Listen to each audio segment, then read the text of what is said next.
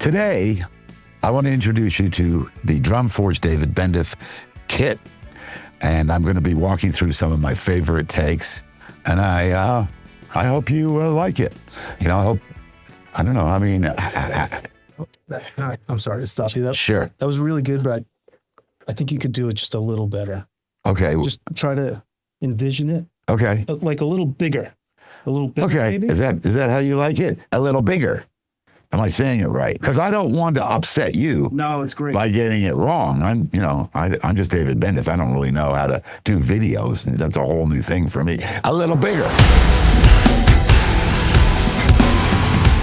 So I want to talk a little bit about how this all started a couple of years ago. I was watching actually a Charlie Watts from the Rolling Stones video, and he had fixed up Gene Krupa's drums that were in a warehouse in London, and he made them brand new as if they were from the 50s and displayed them on these stages. And I was thinking, wow, that's so cool that he did that. I love the idea of collecting things and then making them new again. So this idea probably happened about 2.5 years ago, and I was thinking about the drums and, what would happen to some of these older drums. Would they be in warehouses, or would they be, in studios? Would they be in a closet with water dripping on them? So I decided to get all these drums into one studio, which was EV Studios.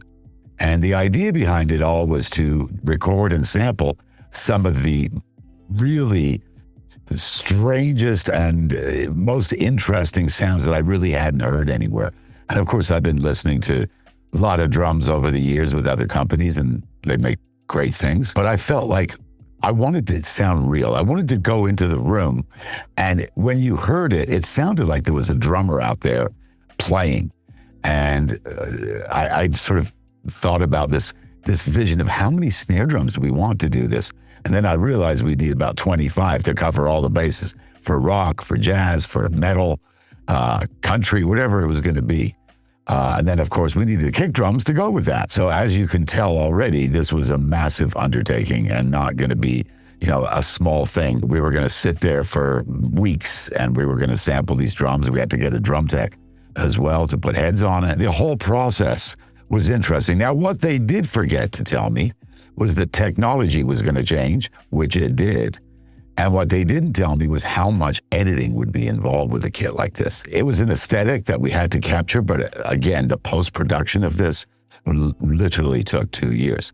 So we have it now, and what I'm going to do is play you some of the things I love about it and how the drums sound real.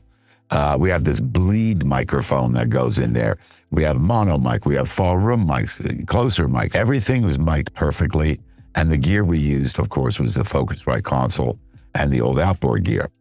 So right now I'm going to start putting up some kits. I'm going to talk about them. And I'm going to talk about what I love about them.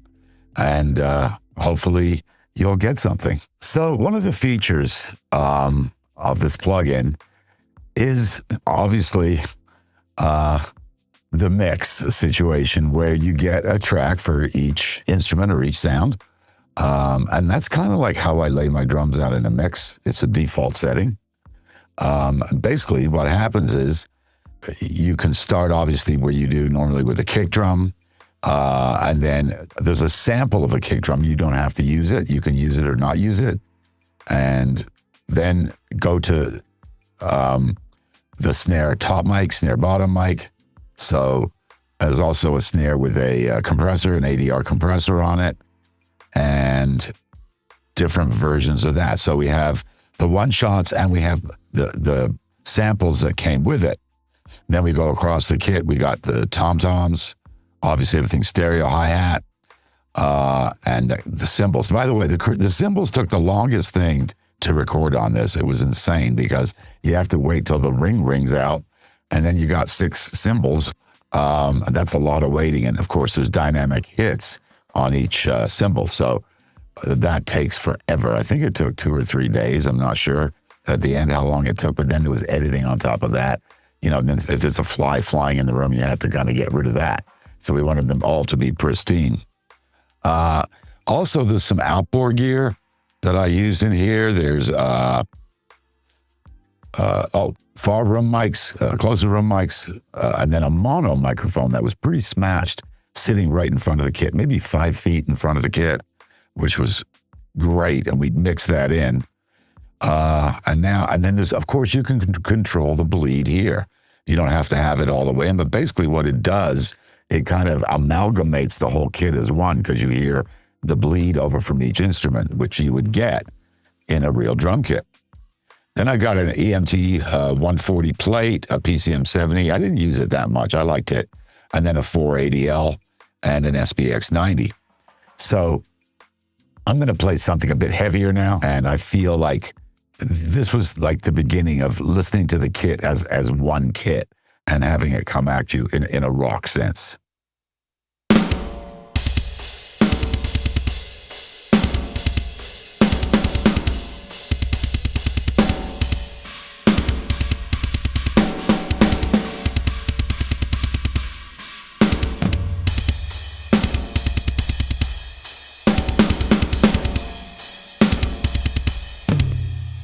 And what I love about this, of course, you can control every single thing. You know, the kick in the room, the snare in the room, how much kick drum you want dry, how much wet snare drum. Obviously, you can do many, many things and create many, many different kits, which is a beautiful thing, especially if you need, let's say, a different sound in the verses. This would give you the option to change up the kick snare and the toms, for that matter, and go with maybe a smaller kit, or maybe go with something a bit less dense than the chorus. So I like obviously the amount of control you can have, but it still, to me, sounds like a kit. The next drum sound I was really impressed with, and it was an idea of Mike Ferretti, who decided we didn't have any percussion. So what we did was we used the rims of the floor toms and sort of just trigger them into a percussive sound. And then we added like a stomp sound to the kick drum and a clap sound to the snare. So we sort of taken what was there and added to it. And then we ended up with kind of like a Taylor Swift groove.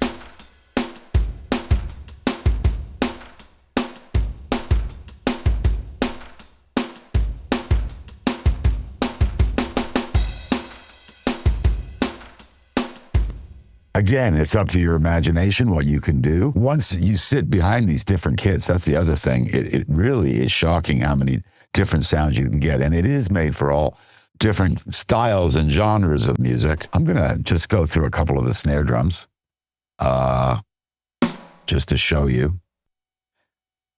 I love this one. Gretsch round badge. And again, you don't have to use samples. You can have the one-shot samples or the sample that I made. These are just different ones.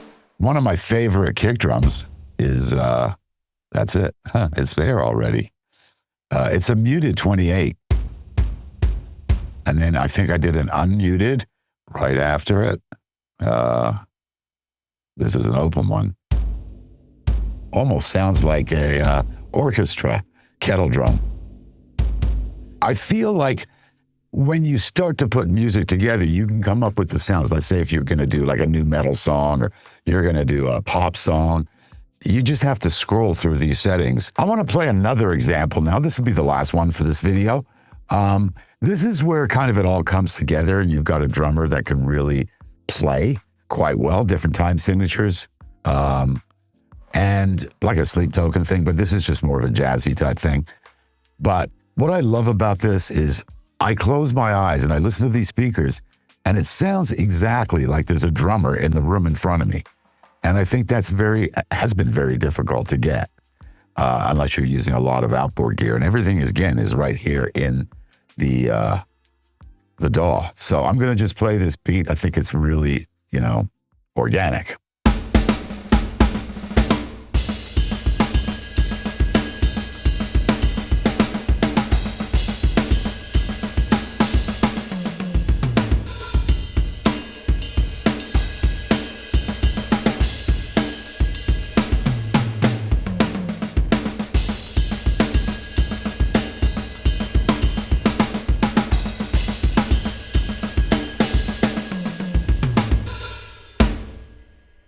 And that's more of something that just flows nonstop. And I think it's quite natural sounding. The room is very natural. And again, what we're using for this, we're using like this old leady snare drum sample, which is really cool. And the kick is the 18-inch Ludwig, which is a lot smaller. And most people use 22, 24 when you're doing it in a live band. So this is maybe a little bit more jazzy, but it's got a lot of punch to it, which I think really helps. Anyway, that's my my walkthrough and some of my favorite features. And I think Joel covered a lot of the technical aspects of it. I'm really just kind of going by what I hear and what I feel. And I hope you have fun with it. I hope you mess around with it. I've been told to do one more outro, even though I've cut a couple. And I'm not going to hit the subscribe button because there isn't one. But thanks for coming on this little journey through this drum kit, and I hope you enjoy it. I hope you get to write some great songs with it, and I hope you get to apply it to whatever artist you're working with in some way, even for just doing pre-production, just getting, so you don't have to have a drummer in the room with you. You can program things out and get a really good feel for the sound and for the vibe and the room and everything else. So thank you.